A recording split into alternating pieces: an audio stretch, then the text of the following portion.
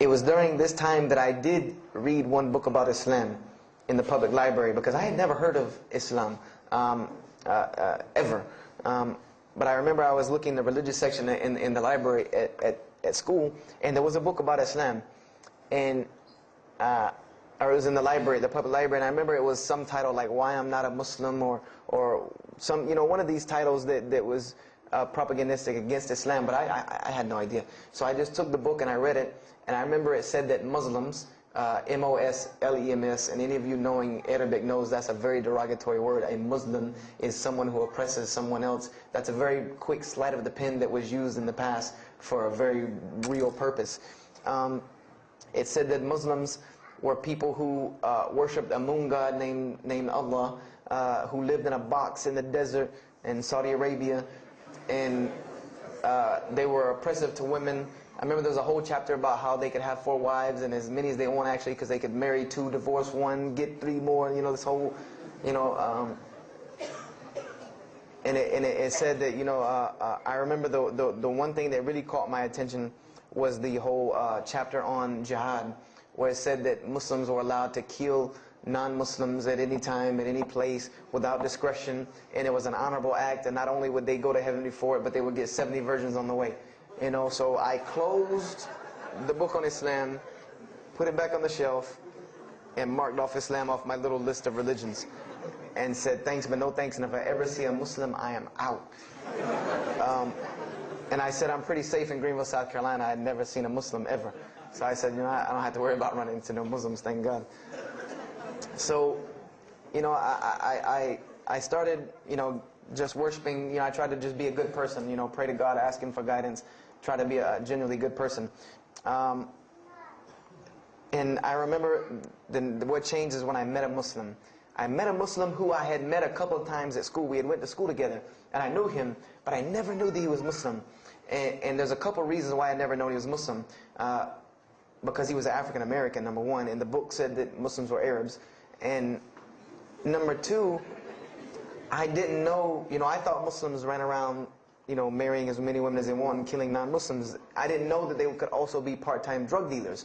So I didn't know, I never knew that this guy was Muslim. I didn't put 2 and 2 together. So we were at his house one day, and me and my other friend, the one that, you know, I got into a lot of trouble with, I'm trying to keep him out of trouble now. We were at his house, and we were debating something about religion. I forget what even the topic was, but you know, you have 2 teenagers thinking they know everything. And I was trying to explain something to him about the Bible. And that guy came in and was listening. He said, "Have you ever heard of Islam?" I said, "Yes, I've heard all about Islam." He was like, "Okay, so what do you think of it?" I said, "What do you mean what I think of it? That's probably the worst religion I've ever seen on the face of the planet." He's like, "Why?" And he's like, "I'm a Muslim." I was like, "Man, stop playing." You know, like, you're an African American. You know, he's like, "So?" I'm like, "The book said you guys were Arab. All the Muslims were Arabs." He was like, "What else did you read in the book?" And I told him. He was like, "Man, what in the, you know, what have you been reading?" He's like, "You need to go to the mosque for Jummah." He's like, he told me, he said, "I'm not a good Muslim." This is what he said to me. He said, "I'm not a good Muslim. I'm not even going to try to front and say I'm a good Muslim." He said, "But I can guide you to some people that can tell you the real truth about Islam," because he knew about my story about wanting to find religion. And he said, "You need to go to the mosque for Jummah." And I said, What's Jummah?" He said, "It's just like church with no chairs." And I said, "I can do church with no chairs because in church the chairs were the worst part anyway. Because they had these hard benches that you sit on that are like this and are so hard." I said, "That's good. You sit on carpet? Wow, man, every church should be like that." And I said, "Where's the mosque?" He said, "It's on Wade Hampton Boulevard." I said, "Where on Wade Hampton Boulevard?" I lived on Wade Hampton Boulevard. I lived right off of Wade Hampton Boulevard. He said, "You know where Lee Road intersects with Wade Hampton?" I said, Yeah, I live on the other side of that intersection."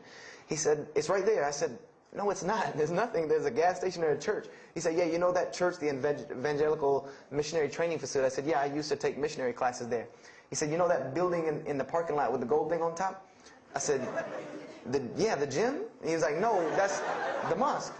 because I had always thought it was the gym because it was in the same parking lot and it was just rectangular with 2 glass doors in the front, and you could literally walk in between the church and the masjid and touch them like this. Anyone doesn't believe me, go to Greenville, South Carolina, look at the masjid.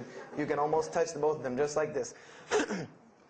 He said, yeah, it's right there. I said, I've never, at first I was shocked, like I've been living across the street from all these crazy Muslims all my life. I said, I never knew. And he told me to go to Jummah, and I asked him what time. He said he would meet me there at 1 o'clock in the afternoon on Friday.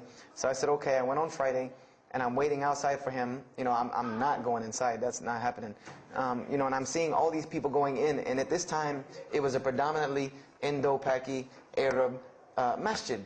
Anyone who went in was not American, period. And I did not see even one African American going there. And I did see one, and then when he went in, I heard him talking in a dialect that I realized he was probably from Africa. So I said, he's not American. So I'm not going. I'm waiting, and I'm standing outside, sitting on the church steps, and the imam pulls up and parks right in front of me, who I had no idea he was the imam. But he got out, and he asked me, am I waiting for someone, this, that, and the other? And I explained to him. He said, oh, yeah, we know this brother. You don't see him that much, but we know who he is. And, he said, I'm glad you came. He was a very, very nice, gentle young man.